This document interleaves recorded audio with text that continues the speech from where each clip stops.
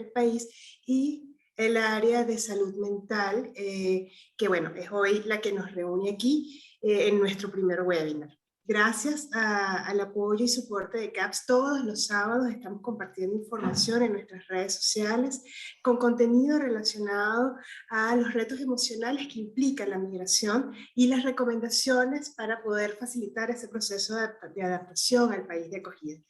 A través de nuestros canales de atención, el equipo de especialistas de CAPS puede brindarles orientación y apoyo en esas necesidades que pueden tener en temas de salud mental y emocional.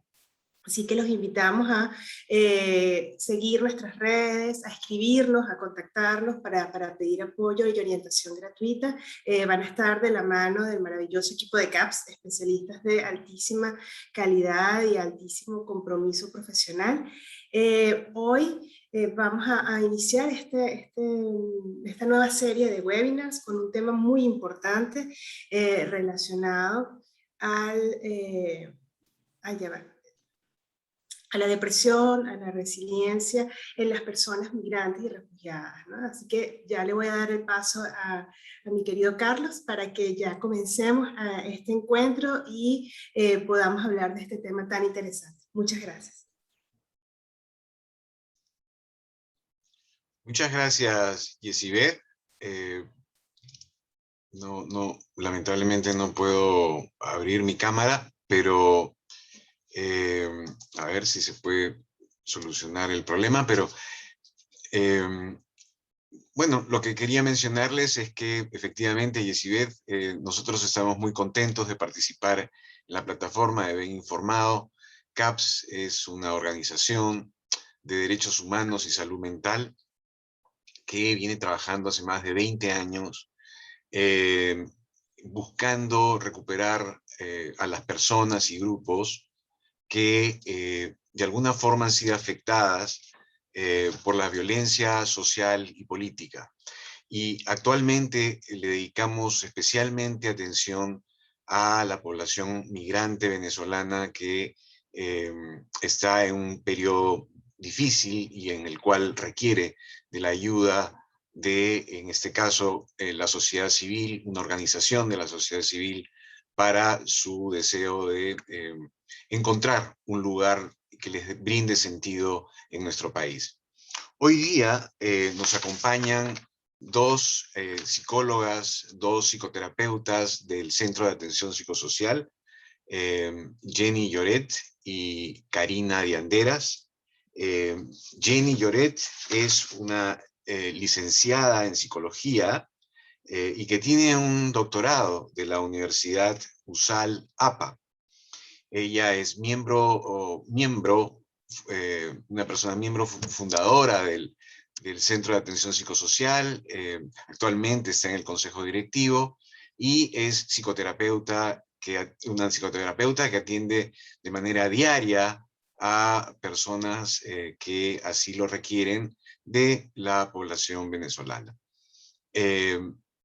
Igualmente tenemos a Karina Dianderas, que es psicóloga y que tiene estudios de maestría en psicología comunitaria y temas de género, y que es también una querida psicoterapeuta del Centro de Atención Psicosocial. El tema de hoy, depresión y resiliencia, es un tema muy importante, dado que si hay un problema que se repite y que es muy frecuente, es justamente la depresión. Nosotros hace un par de años, antes de la pandemia, realizamos un diagnóstico participativo y en ese diagnóstico participativo casi el 50% de las personas, en especial mujeres que encuestamos y les preguntamos y entre otras cosas acercamos una encuesta de una escala psicológica, resultó que casi el 50% mostraba signos, indicadores claros de algún problema de depresión y de ansiedad, por lo menos algunos indicadores. Igualmente, ya en pandemia hemos vuelto a hacer las mismas entrevistas, la misma encuesta y justamente por el contexto de pandemia, los niveles de depresión y ansiedad también se habían incrementado. Entonces, es un problema importante a tomar en cuenta y lo que queremos, más allá de los números, es conversar qué significa esto de la depresión y en especial también qué implica la resiliencia, ¿no? La resiliencia como capacidad para sobreponerse a condiciones duras, difíciles, esa capacidad, esa fortaleza interna que a veces uno no sabe de dónde saca esa energía para poder sobrellevar y sobreponerse a situaciones tan complejas, difíciles. Entonces, esa capacidad de resiliencia es también la que queremos destacar, porque a la vez que puede haber señales de ansiedad y depresión, que tanto Jenny como Karina van a hablar sobre ello, también quiero destacar ya desde ahora cómo muchas personas se sobreponen a estas dificultades emocionales a través de sus capacidades resilientes. Sin más que decir, le doy la palabra a Jenny y posteriormente a Karina para que puedan gradualmente ir conversándonos acerca de qué implica la depresión y cómo la resiliencia ayuda a las personas. Adelante, Bueno, Jenny. bueno, buenas tardes a todos y a todas, y gracias, Carlos, y a todo el equipo, ¿no es cierto?, que han preparado este espacio que me parece que es bien importante para poder compartir temas como ¿no?, que es la depresión y la resiliencia, que a veces los estados de depresión, cuando son muy fuertes, es como que a veces la persona a veces no puede, ¿no es cierto?, ser resiliente, pero a veces con una escucha, con una atención terapéutica, eso se destraba, ¿no es cierto?, y puede dar lugar, ¿no es cierto?, a una mejora en su personalidad, en su identidad, y es como que a veces esa escucha despertara dentro del individuo afectado, ¿no es cierto?, como una energía nueva que va ordenándose internamente, y es lo que lo puede llevar, ¿no es cierto?, a tener una conducta o un comportamiento más resiliente. Lo que podemos nosotros ver, ¿no es cierto?, a lo largo de todo este tiempo que venimos trabajando con migrantes, es que la migración siempre va a llevar una situación de duelo. ¿Mm? ¿Por qué?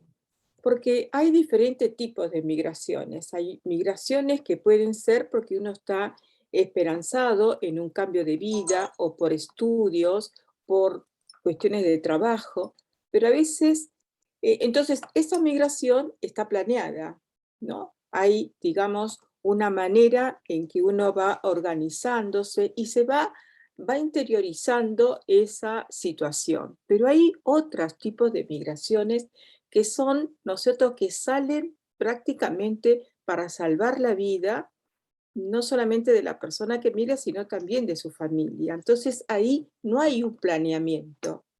Entonces todo cambia de un momento para otro.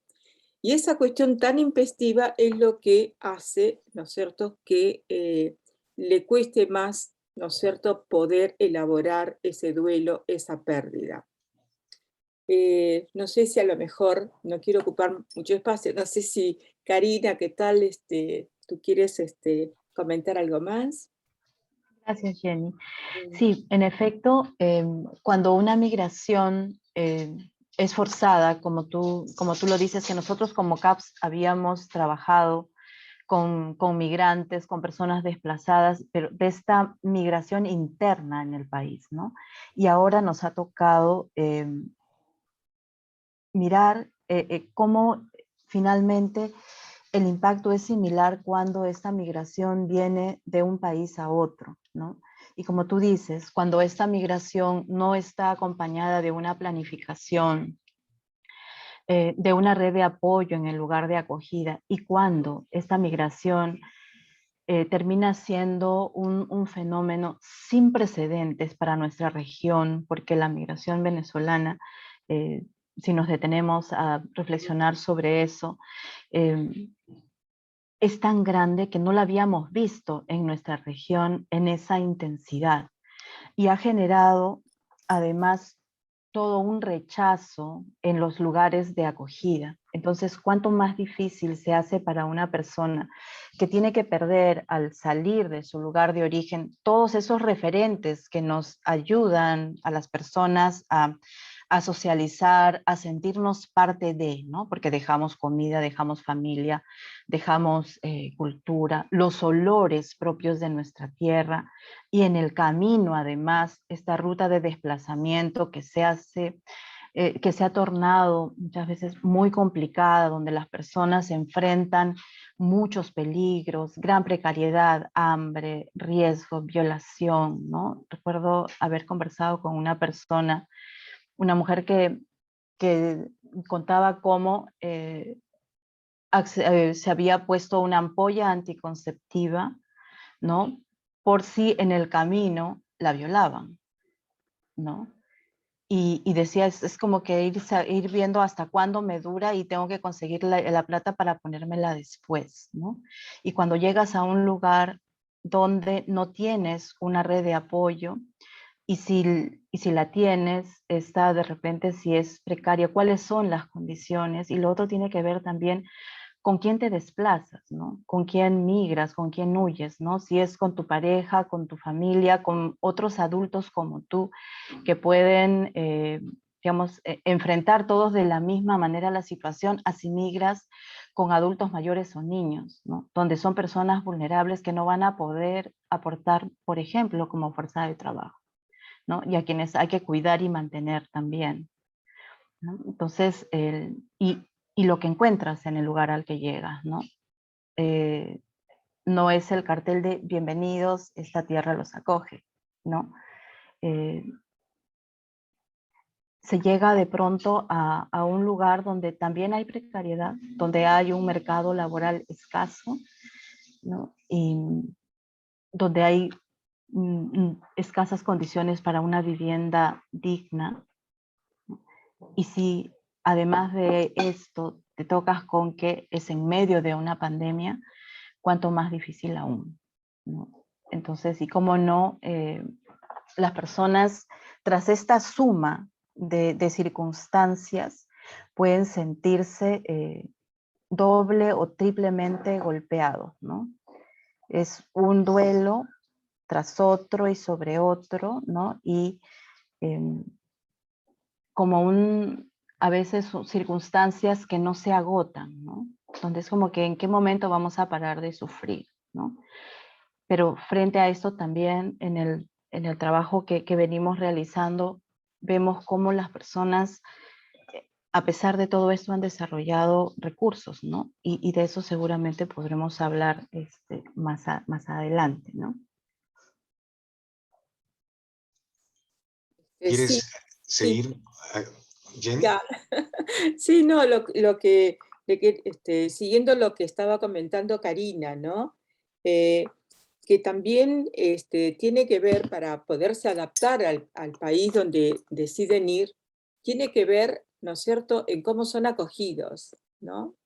Si son bien acogidos, entonces es más fácil poderse adaptar a esa situación, porque lo que trata de hacer el migrante es de poder recuperar su rutina, de poder tener su trabajo, de poder, ¿no es cierto?, vivir dignamente.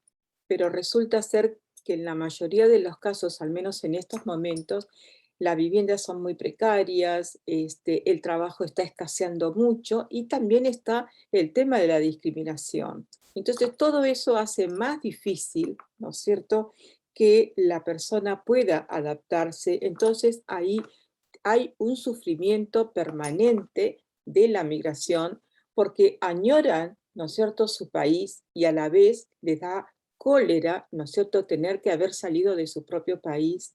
Y por otro lado, quieren, ¿no es cierto?, adaptarse al nuevo país, pero resulta ser de que a veces las condiciones no son las mejores y entonces empieza a haber un malestar interno muy grande y eso los puede llevar a una depresión que si no se la trata, eso puede ser no solamente crónica, sino transmitirse transgeneracionalmente. Yo las escuchaba, ¿no? Entre esta sensación de encontrar algo nuevo que sea mejor o que de alguna manera les dé cierta comodidad o tranquilidad de poder salir adelante en el país de acogida. Y de repente hay este choque cultural, ¿no? Estoy pensando incluso antes de la pandemia, ¿no? El choque cultural, el choque de las diferencias entre las cosas que se vivían en Venezuela y las cosas que se viven en el Perú, y cómo eso puede generar frustración, puede generar la sensación de impotencia, cómo conciliar estos dos elementos y qué pasa, o sea, la depresión tendría que ver con la dificultad para conciliar entre el deseo de encontrar un nuevo proyecto de vida y la dificultad de encontrar herramientas para lograr esas metas. Bueno, yo creo, tomo la palabra y después hablará Karina. Mira, lo que pasa es que cuando hay tantas dificultades, ya de por sí, no todos tienen, ¿no es cierto?, una personalidad fuerte, bien armoniosa. Entonces, cuando se encuentra con tantas dificultades, lo que al menos hemos observado es que también hay una cuestión regresiva, ¿no es cierto? Y si hay una cuestión regresiva, lo que están a veces buscando es una institución, ¿no es cierto?, algún lugar que los pueda acoger. Por eso cuando encuentran una institución es como que se agarraran muy fuerte de ella porque sienten que les dan un lugar, que les pueden dar una mano, ¿no es cierto? Y a veces con una escucha atenta, ¿no es cierto?, tratar de aliviar, ¿no es cierto?, estos pensamientos y esta sensación de frustración, es ahí donde pueden empezar a salir adelante. Pero lo que sí creo que quisiera como recalcar de que en muchas oportunidades lo que vemos es una cuestión regresiva, porque no nos olvidemos, ¿no es cierto?, que la migración va a traer también, ¿no es cierto?, un problema en la personalidad, un problema en la identidad. ¿Cuántas veces hemos tratado a personas que en su país de origen pudieron haber sido profesionales, de haber tenido buenos cargos, buenas casas, buena situación, y encontrarse ahora en una situación de desvalimiento? Y que tienen que estar o vendiendo café, algún chocolate o caramelos en las esquinas. Entonces, la personalidad se ve afectada, su identidad se siente afectada. Entonces, uno de los caminos es la cuestión regresiva, en donde uno siente como que hay una pasividad.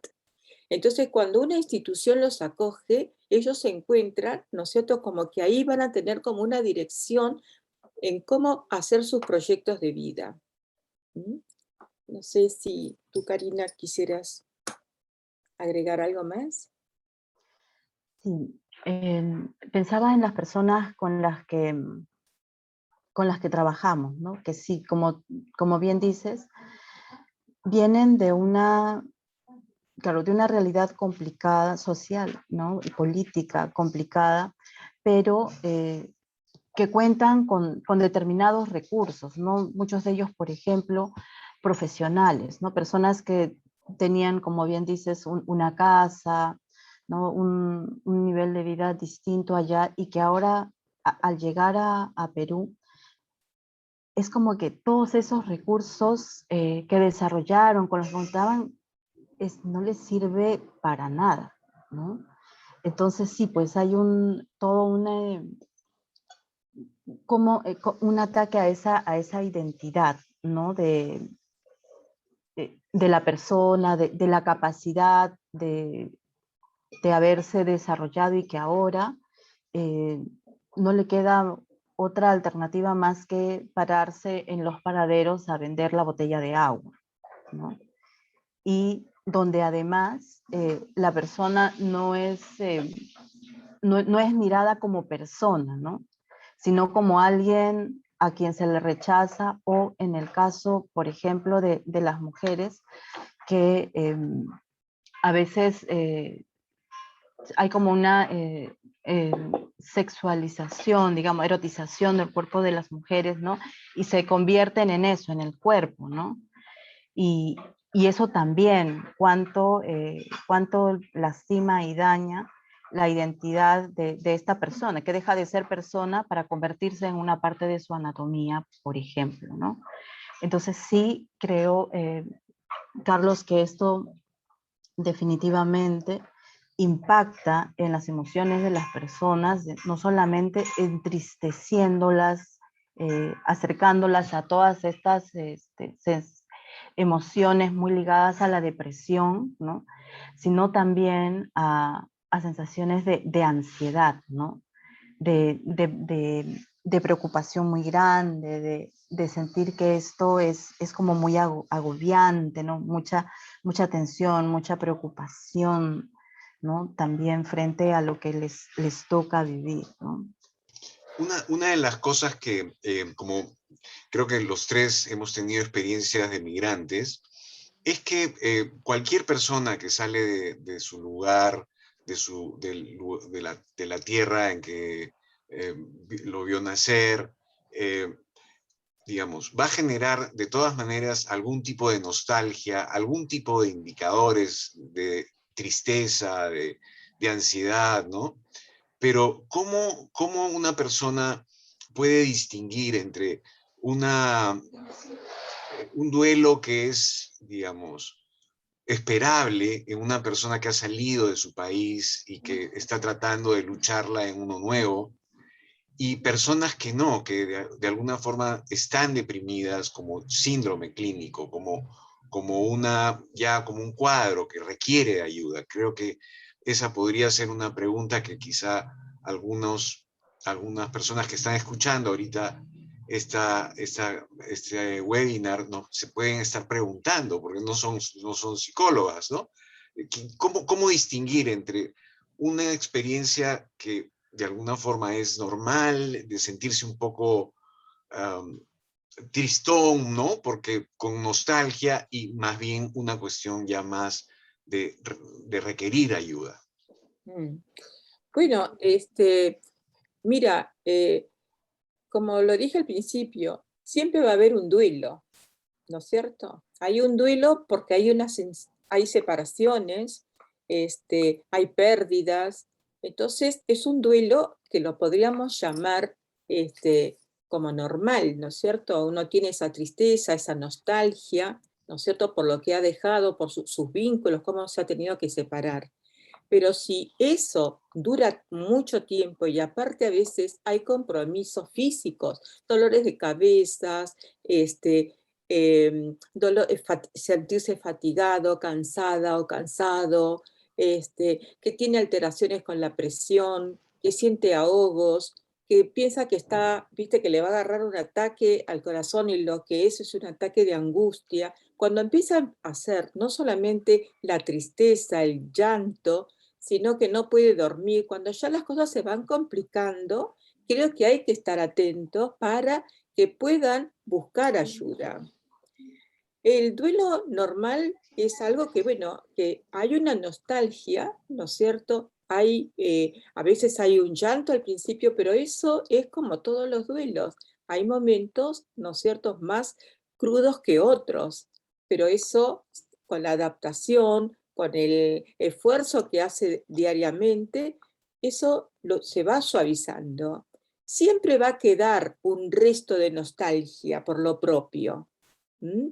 Pero lo otro es cuando queda esa añoranza tan fuerte que te debilita, que te quita energía e inclusive va comprometiendo la parte física también. Entonces ahí ya estamos ante una sintomatología mayor en donde se necesita, ¿no es cierto?, un cuidado, un seguimiento especial. ¿Mm?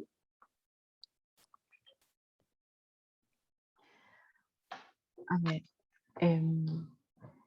yo creo que podría guardar relación con la intención al migrar. Porque una cosa es que una persona planifique, haya pensado en, como decía Jenny, ¿no? En una mejor vida, turismo, acceder a estudios en otro país, ¿no? O sea, es como que quiero, en medio de las dificultades, a lo mejor hay precariedad, no hay una red de apoyo a donde pienso ir, pero quiero migrar, quiero hacer esto, tengo que, y no me queda otra opción más que irme, ¿no? Es que tengo que salir, no me quiero ir, pero lo tengo que hacer, ¿no? Y una de las cosas que ayuda para que una persona se pueda adaptar, ¿no? Es cómo puede de alguna manera traer partes, algunos referentes, cosas de su cultura para que pueda adaptarse al lugar, ¿no? Si pensamos en la población con la que hemos trabajado durante nuestra historia y desde nuestra prehistoria, ¿no? Como institución, es, por ejemplo, estos migrantes, estos desplazados que llegaban a un asentamiento humano y el nombre del asentamiento humano es Huantachico, por ejemplo, ¿no? Practican su fiesta, su yunza, o sea, ¿no? sus expresiones culturales. Pero cuando de pronto estás en un lugar y no puedes, hay rechazo a esto, porque creo que algo en lo que estamos de acuerdo también es que hay un gran rechazo hacia la población migrante venezolana, ¿no? La forma como hablan, o sea, no hay forma de disimular que eres de determinado lugar, ¿no? Y eso genera mucho rechazo, ¿no? En las personas por cómo de pronto las distintas circunstancias que vemos han ocurrido en distintos lugares con algunos de ellos, ¿no? Y a veces es bien curioso, ¿no? Cuando sale en un titular en la prensa, ¿no? Venezolano, venezolana que asaltó, ¿no? Entonces llegó un momento en el que uno veía, ¿no? Como que todas las transgresiones se le adjudicaban a la población migrante y era como que los peruanos se habían vuelto todos buenos, ¿no? Ya nadie cometía falta alguna, ya no habían ladrones peruanos, ¿no? Entonces, y todo eso creo genera también una condición, no ayuda a que se generen condiciones para que haya una adaptación en el lugar y que se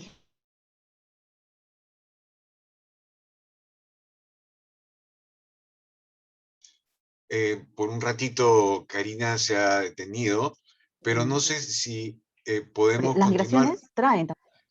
Karina, has tenido problemas un ratito del video y del audio. ¿Podrías repetir algunas de las ideas que venías diciendo? Bien, señalaba cómo todas esas condiciones de rechazo, de no poder practicar, de alguna manera traer tus referentes culturales porque hay ese gran rechazo, no generan condiciones para que te adaptes ni para la integración en, entre ambas poblaciones, ¿no? Una de las cosas que entonces creo que es importante dentro de la mente es la capacidad de poder encontrar en el nuevo lugar algunos referentes nuevos que permitan gradualmente una adaptación y una construcción de un nuevo espacio, de nuevas cosas que nos hagan sentir que estamos en un lugar conocido, familiar, que nos quiere y al cual pertenecemos. Entonces, es como quizá, y esta pregunta va para Jenny, quizá entonces la persona que se deprime, como que sintiera, se quedara un poco fijada en el pasado y no pudiera ver el futuro con esperanza, sino como que está siempre mirando por el retrovisor, ¿no? Como que tiene esta nostalgia, este peso que no deja a la persona poder sustituir o por lo menos enriquecer su vida nueva en el lugar nuevo con nuevos referentes. Sí, Carlos, mira, me haces recordar a que en la mitología, ¿no es cierto?, está este mito de Jano, ¿no es cierto?, que es de las dos caras, mirando el pasado y el futuro a la vez, ¿no es cierto? Sí, sí, Y que sí. no se puede separar ni del pasado ni del futuro. Y eso es lo que les pasa a muchos migrantes por lo general. Imagínate cuando no es bien recibido. Entonces, la fijación en el pasado y la añoranza por el pasado se hace mucho más fuerte porque siempre se está comparando. Y no nos olvidemos que las migraciones también son fenómenos sociales, tanto para cuando salen del país de origen, por los familiares, amigos, cómo se tienen que readaptar a la falta de ese integrante de la familia o de los amigos, ¿no es cierto? Como en el país, ¿no es cierto?, que los va a acoger o los va a recibir. También hay un movimiento social. Entonces, la migración son como fichas de ajedrez y por ahí, ¿no es cierto? Que si tú mueves algo de ese tablero, ¿no es cierto?, se va a modificar. Tanto para los migrantes que ingresan al nuevo país y se tienen que adaptar a la nueva sociedad, como para esa sociedad acoger a los migrantes, como también en el país de origen, ¿no es cierto? Porque también hay familias que los añoran y que, ¿no? Yo he escuchado casos en donde se sienten muy culpables de haber venido, ¿no es cierto? Y que a lo mejor la madre, la suegra, un hermano, ¿no es cierto?, se haya enfermado, entre en depresión por la ausencia de los nietos, de los sobrinos o de la persona adulta que ha migrado. Entonces, hay un movimiento donde todas las piezas se mueven. Eso, yo creo que la figura de Jano nos explica muy bien el sentir, ¿no es cierto?, de la persona migrante. Siempre va a estar comparando el antes con el ahora, pero a la vez. Ese es el tema. Ese es el tema, ¿no? Sí. Cari, entonces, ¿cómo ayudar a las personas a poder generar estos nuevos referentes en el lugar de acogida, ¿no? Porque la idea es no olvidarse de lo propio, pero sí tener la apertura para poder integrar nuevas cosas. Entonces, tú mencionabas que esta hostilidad contra la población venezolana no está haciéndole fácil la tarea a los migrantes para poder hacer esta integración, esta aculturación, ¿no? ¿Cómo ayudar a las personas para que puedan ir generando este espacio en el nuevo lugar en el que llegan? Yo creo, bueno, un poco enlazando con lo que Jenny decía, creo que es bien importante despedirse, ¿no? O sea, es como hacer algo, un ritual, algo propio de su cultura que permita, que ayude a dejar el pasado en el pasado, ¿no? O sea, decir, tuve que dejar mi tierra, mi espacio, mi casa, ¿no? O sea, despedirse de eso de alguna manera, ¿no? Se necesita como un cierre para poder tener una apertura en este nuevo lugar, ¿no? Y para que las condiciones mejoren, digamos, que se generen condiciones para una mejor adaptación. Creo que es bien importante los espacios de integración, ¿no? Yo, si me quiero permitir contar una Claro, experiencia en un adelante, taller adelante, Cari. que tuvimos hace poco, que es un espacio grupal de reflexión psicosocial, donde hablamos de lo que nos acontece, de lo que se siente. Y es un espacio en el que entran migrantes y también personas peruanas, ¿no? Y en este espacio una en un grupo pequeño, una de las participantes contaba cómo había salido ella de su país con sus 2 niños, cómo habían cruzado el río, toda la peripecia esta al salir. Y cuando ella terminó, una de las participantes peruana, muy conmovida, le decía, ¿no?, que no tenía ni la más pálida idea de todo lo que había tenido que pasar, le decía, lo que ustedes han tenido que pasar hasta llegar acá, ¿no? O sea, yo los he estado viendo hasta antes de escucharte, ¿no? Con mucho rechazo, deseando que se vayan, porque yo no tenía la menor idea de todo lo que habían sufrido. Y la señora lloraba, ¿no? Muy conmovida de la historia de estas otras personas, y decía, yo siento mucho, ¿no? O sea, pido perdón por esta actitud que yo he tenido con los migrantes, ¿no? No tenían la menor idea de todo lo que habían pasado, de todo ese sufrimiento, ¿no?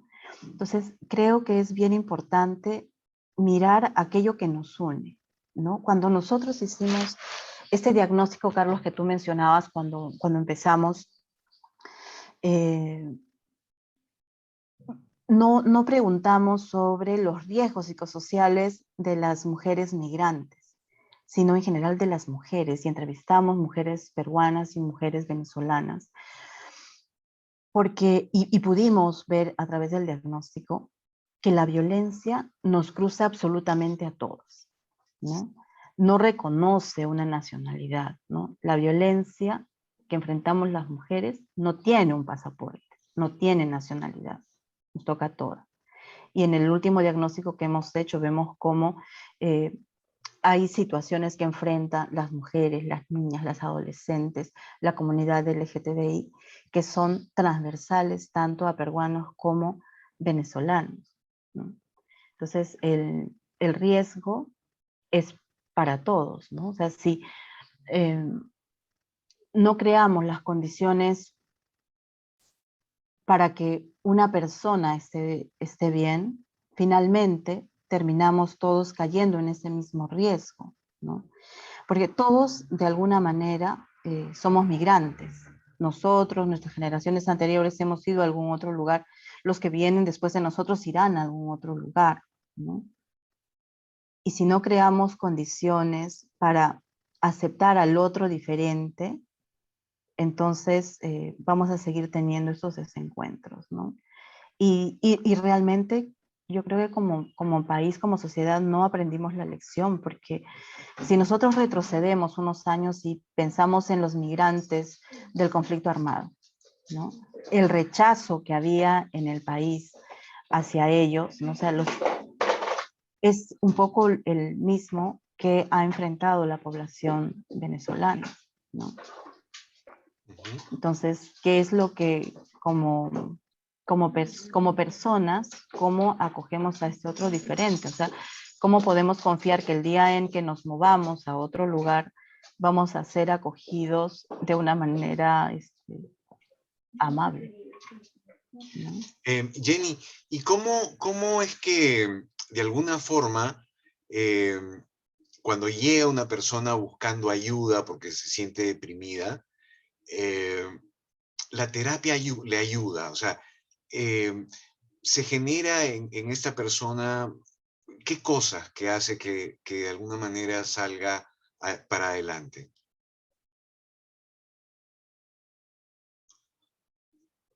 Tu micro, Jenny. Mira, a veces también yo me he preguntado eso, ¿no? O sea, ¿qué ha pasado? Y yo creo que siempre esas preguntas son válidas, ¿no es cierto? Como para pensarnos también en nuestro rol. Y yo creo que cuando la persona puede hablar y tener un espacio, se va creando un vínculo. Y creo que más allá de lo que nosotros digamos o no digamos, es esa parte subjetiva, esa parte del vínculo, lo que la persona se va sintiendo un alivio y va sintiendo que hay alguien que le cree, que le escucha, ¿no es cierto? Que le podrá decir una que otra cosa, pero lo más importante para mí es esa red de contención que van teniendo con el terapeuta o la terapeuta. sea, creo que a veces hacemos, ¿no es cierto? Porque aparte también nosotros pertenecemos a una institución, entonces también estamos representando, ¿no es cierto?, como a un gran útero, ¿no es cierto?, que los está acogiendo. Porque en el interior sienten que su país no los pudo acoger y que vienen a otro país y que se encuentran con toda esta cuestión de discriminación. Entonces, cuando hay una persona que los escucha con una escucha activa, ¿no es cierto?, en donde va siguiendo su relato, donde va diciendo alguna que otra cosa, pero en donde la persona se siente contenida, eso es lo que va aliviando. Por otro lado, yo creo que las palabras cumplen como una función de una segunda piel. Es decir, esas palabras, porque a veces te dicen, no sé lo que me pasa, pero tengo algo por acá que no sé cómo explicar. Y a medida que va surgiendo la terapia, le va encontrando las palabras a eso que antes era algo difuso. Entonces, cuando ya lo pueden representar, cuando ya le pueden poner la palabra, entonces eso los alivia también, ¿no? Entonces, yo creo que es la escucha, es el vínculo que se va entretejiendo, ¿no es cierto?, para dar también lugar a que se salga de la depresión, que pueda creer en sí mismo, que su identidad se vaya fortaleciendo, que la autoestima, ¿no es cierto?, que es lo que enseguida se ve atacada cuando no encuentran lugar, ¿no es cierto?, en la sociedad y sienten que no valen para nada, que al final todo ese esfuerzo no vale la pena. Y en cuanto van creyendo en que sí la van a poder seguir luchando, la depresión se va dejando a un lado. No creo, viste, que lo puedan dejar del todo, eso lleva un tiempo, pero yo creo que sí se pueden ir adaptando a esta nueva situación y creo que es de la mano o con la contención de la palabra de una escucha atenta. Me preguntaba cómo espacios como el que estamos teniendo en este momento, o los artículos, las pastillas de Ven Informado, les resulta importantes a las personas migrantes, ¿no? ¿Cómo podría ser de ayuda esto que estamos buscando hacer? ¿En qué les ayudaría? Porque vemos que efectivamente las personas leen, entran a la plataforma, les interesa lo que escribimos, les interesa lo que hablamos. ¿Y por qué creen que les ayuda eso a las personas? Yo creo, Carlos, que tiene que ver con que las personas migrantes sobre todo, uno que no tienen tiempo, ¿no? Porque están trabajando todo el tiempo. O sea, hay oportunidad de trabajo y plum, saltan y van y hacen eso, ¿no? Entonces, no hay un tiempo para dedicarse a pensar en sí mismo, ¿no? Porque hay que sobrevivir. Entonces, de pronto, cuando se encuentran con una pastilla que es así un flyer donde dice algo que resuena con aquello que están sintiendo, con aquello que vivieron en algún momento, es como que hacen un clic, ¿no? Dicen, esto, no sé, a mí me pasó, ¿no? O sea, sí, y acá dice que puedo llamar, entonces entran y escriben, ¿no? Una de las cosas que ha ayudado mucho a las personas para sostenerse en este tiempo, sobre todo de pandemia, son las redes sociales. Es aquello a lo que pueden acceder con el celular, el WhatsApp, el Facebook, ¿no? Y cuando de pronto ven eso, entran y contestan y preguntan, ¿no? Y ahí alguien, como dice Jenny, les responde, ¿no? O sea, leen la pastilla y dicen, me pasa esto, y alguien responde ese mensaje que ha emitido esa persona, ¿no? O sea, hay un alguien que me lee, ¿no? O sea, no puedo ir a un consultorio, no puedo ir a una oficina por la pandemia, pero alguien se ha detenido a mirarme cuando en la calle pasan vendiendo su agua y la gente ni siquiera la mira, ¿no? Y hay un alguien que de pronto se detuvo y le contestó, y es más, después le llama y le dice, ¿qué le sucede? ¿No? O sea, le pide sus datos y le dice, ya mire, le vamos a mandar un terapeuta, o sea, le voy a contactar con un terapeuta, le hace preguntas, nosotros tomamos esta escala del SRQ, ¿no? Donde exploramos los síntomas que tiene la persona, ¿no? Cómo se ha sentido. Entonces, y ahí la persona empieza ya a sacar esto que, como bien decía Jenny, ¿no? A mí me gusta usar mucho el ejemplo de la olla a presión, ¿no? Que se va cargando, cargando, cargando ¿no? de vapor. Y cuando ya llega un momento en el que no, el pitón se levanta y sale, ¿no? Yo creo que cuando nuestro equipo de trabajo social, que son quienes toman el primer contacto con la persona, empiezan a preguntar, las personas empiezan a sacar, usando la palabra que ellos dicen, que ellos usan mucho, empiezan a drenar, dicen ellos, ¿no? Entonces empiezan a sacar algunas cosas y se van como alivianando, ¿no? Y luego reciben la oferta, ya sea de un espacio individual, ¿no? O por ahí sí hay espacios grupales también, donde pueden encontrarse además con personas que, igual que ellos, viven un poco situaciones similares, ¿no? Y pueden ahí mutuamente sostenerse. Sí, y otra cosa, siguiendo lo que tú dices y lo que preguntaba Carlos, ¿no? Yo creo que cuando aparecen, ¿no es cierto?, estas frases, estas pequeñas cosas, para ellos son grandes cosas. ¿Por qué? Porque por empezar dicen, entonces lo que me pasa es eso, lo pueden identificar. Quiere decir que no es a mí sola o solo el que está sufriendo esto, porque a veces piensan de que no van a ser comprendidos.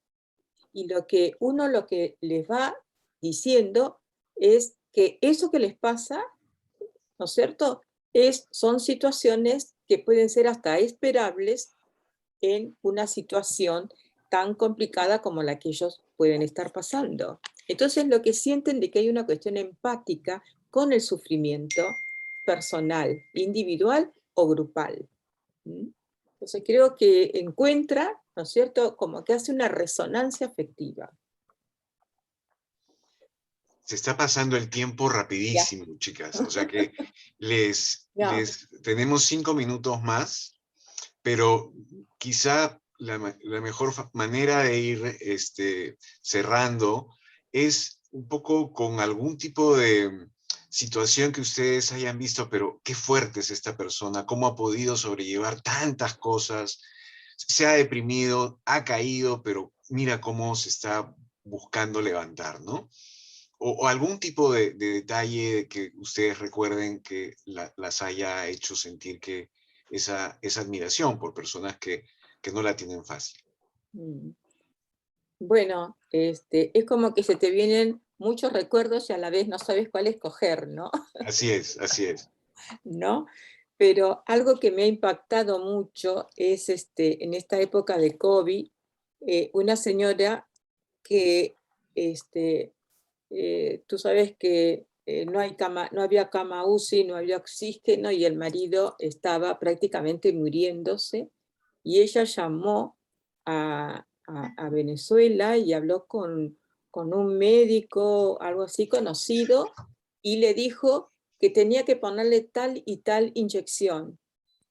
Y con el teléfono, ¿no es cierto?, le fue indicando dónde tenía que aplicar la inyección. Ella nunca había puesto una inyección. Mira, pero la desesperación lo llevó, ¿viste?, a dar esas inyecciones por las cuales el marido se salvó. Entonces, creo que a veces nos ponen ante ciertas situaciones que son totalmente impensadas. Y como que sale de ahí, como decía una persona que entrevistamos, le sale la leona que no sabía que tenía dentro, ¿no? Exactamente, exactamente, sí. Claro que después viene, digamos, como esa cuestión ¿no?, de cómo lo hice y también, ¿viste? Porque en el momento es la desesperación, sacar adelante y después como que, ¿no? Uno cae como que... Todo eso, ¿no? Sí. Se da cuenta de lo que hizo, ¿no? Y eso fue casi el motivo de consulta que ella tuvo conmigo, de esos momentos. Cari, ¿se te viene a la mente alguna algún comentario, alguna experiencia que tú hayas que quieras mencionar? Yo quisiera contarles un poco de un poco sobre las redes de apoyo, ¿no? De una organización con la que estamos trabajando, autogestionaria, que surgió a propósito de la pandemia, y se unieron en un grupo de WhatsApp a partir de una mamá que tuvo una dificultad, ¿no? Y el nombre de ellas tiene que ver justamente con el hecho de ser madres, ¿no? Y entre ellas se empezaron a ayudar. Alguna tenía una complicación y todas, por ejemplo, todas yapeaban un sol, ¿no? Entonces, y así se ayudaban. Alguien necesitaba un balón de oxígeno y alguien consiguió un balón de oxígeno en un distrito y no había plata para el taxi. ¿Cómo llevaban un tremendo balón de oxígeno? Y ese balón de oxígeno fue caminando como una posta, ¿no? Yo lo puedo llevar hasta tal lugar, luego esta otra persona hasta otro lugar, y finalmente llegó hasta la casa donde estaba la persona que lo necesitaba, ¿no? Entonces, ese tipo de acciones, como en medio de la precariedad, del momento más duro de la pandemia, ¿no? La fuerza la obtuvieron en unirse, ¿no? En unirse entre ellas para escucharse, ¿no? Para hablar de lo que les pasaba y de alguna manera encontrar formas de ayudarse, ¿no? Conseguían una donación de algo, ropa, porque a los niños les falta ropa, ¿no? Entonces recibían la ropa y de pronto, eso, por ejemplo, yo no lo había escuchado nunca en la población peruana, ¿no? Que les donas algo y en el momento en que ya no les quedaba a los niñitos la ropa, van y la devuelven. Las mujeres venezolanas dicen, mira, esto ya no le queda a mi hijito, te la devuelvo para que se la des a alguien que la va a necesitar, ¿no? Y tienen esto de que se donan y luego lo retornan. Ya, esto ya no lo necesito, te lo devuelvo para alguien más que lo va a necesitar, ¿no? O sea, ese tipo de cosas las he escuchado de ellos, ¿no? Entonces, y sí, ahí admiro mucho siempre la fortaleza, ¿no? Porque en medio de la dificultad también conservan la sonrisa y la alegría, ¿no? Esa es una característica también, ¿no? Y creo Bueno, que y tiene que quizás, ver con la resiliencia, ¿no? sí, Sí. exactamente, es lo que iba a decir, ¿no es cierto? De que este ejemplo que tú estás poniendo tiene que ver con la resiliencia, porque la resiliencia no es algo que lo puede hacer la persona sola, sino que tiene que estar con la familia, con el grupo. Y con esa mano que da el grupo es como la persona nuevamente puede empezar a funcionar, ¿no? Así que tu ejemplo sirve para hablar sobre la resiliencia, aunque sea un minuto. Así es.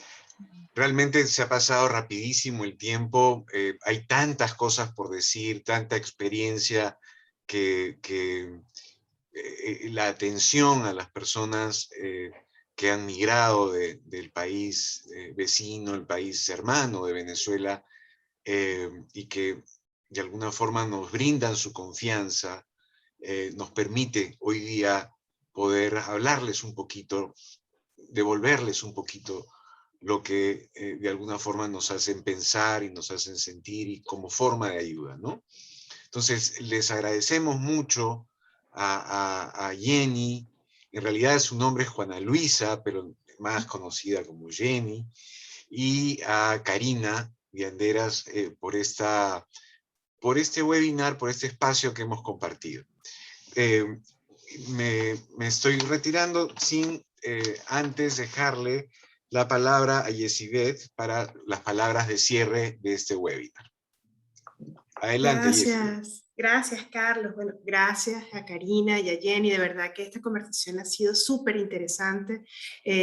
Yo también me he sentido muy identificada con muchas de las cosas que han hablado. Como migrante también he pasado este proceso de a veces de tristeza y de resiliencia, ¿no? Yo creo que también migrar es una oportunidad también para crecer, para cambiar, para nuevas oportunidades, siempre que uno lo vea en ese lado positivo para superar esos retos. Así que gracias por sus comentarios, por esta conversación que ha sido bien interesante. Quiero, antes de cerrar, 2 comentarios importantes. Algunas personas nos han escrito consultas y pidiendo orientación para trámites migratorios. Nos pueden escribir por cualquiera de nuestros canales de Beninformado, en Facebook, en nuestra página web, por WhatsApp. Por esa vía pueden canalizar sus consultas y nuestros especialistas en el área legal les van a estar respondiendo a la brevedad posible. También quiero compartir los teléfonos de CAPS y la dirección que también han consultado por los mensajes. Pueden contactarlos directamente en Lima al 936-577856 y 961-366610, perdón. Están aquí ubicados en el Jirón Caracas 2380 en Jesús María.